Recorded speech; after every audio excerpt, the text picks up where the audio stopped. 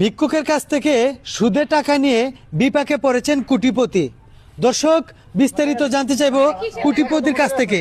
তো ভাই, আপনি কোটিপতি, টাকার কোনো অভাবই নাই, আর আপনি একজন ভিক্ষুকের কাছ থেকে সুদে টাকা নিলেন, এটার কারণ কি?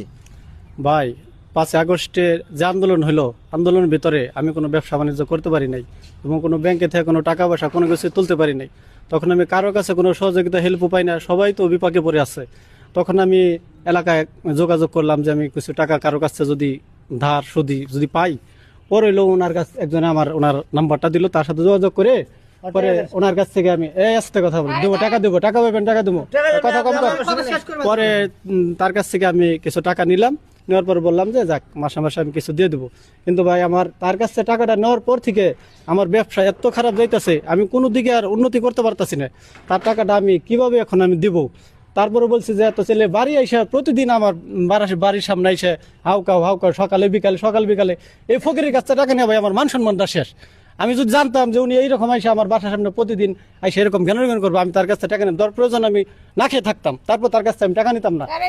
একটা ভাই কুফা, মানে আমাদের ব্যবসা বাণিজ্য কিন্তু এর আগে ভালোই চলছিল, এর কাছ থেকে টাকা নেওয়ার পরে মানে ব্যবসায় কোনো উন্নতই নাই। না, আপনারা যেমন কুফা জানলে আপনার কাছে টাকা নিতাম না। না, ঠিক আছে, তো আপনারা যেহেতু বলতেছেন কুফা, আর যাই হোক, যেহেতু টাকাটা নিছেন, তো যে কোনো একটা ব্যবস্থা করে দিয়ে দিলেই তো সারে।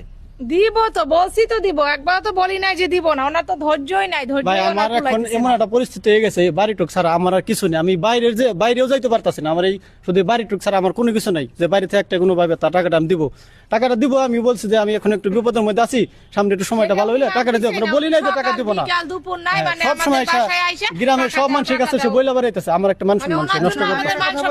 তো দর্শক, আমরা এখন চলে যাব একটু ভিক্ষুকের কাছে, কারণ হলো ভিক্ষুককে কিন্তু একটা মানে সুযোগ দেওয়া হচ্ছে, সেটা হলো যে কোন রকম একটা যদি ব্যবস্থা করতে পারে তাহলে টাকাটা দিয়ে দিবে, কিন্তু দিবে না এরকম কোনো প্রস্তাব এখনো পাই নাই।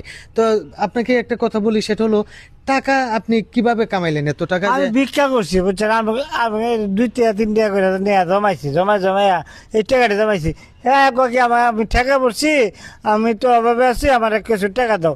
আমাকে আচ্ছা 10 লাখ টাকা লয়ে দেন, আমার দিয়ে দিবেন।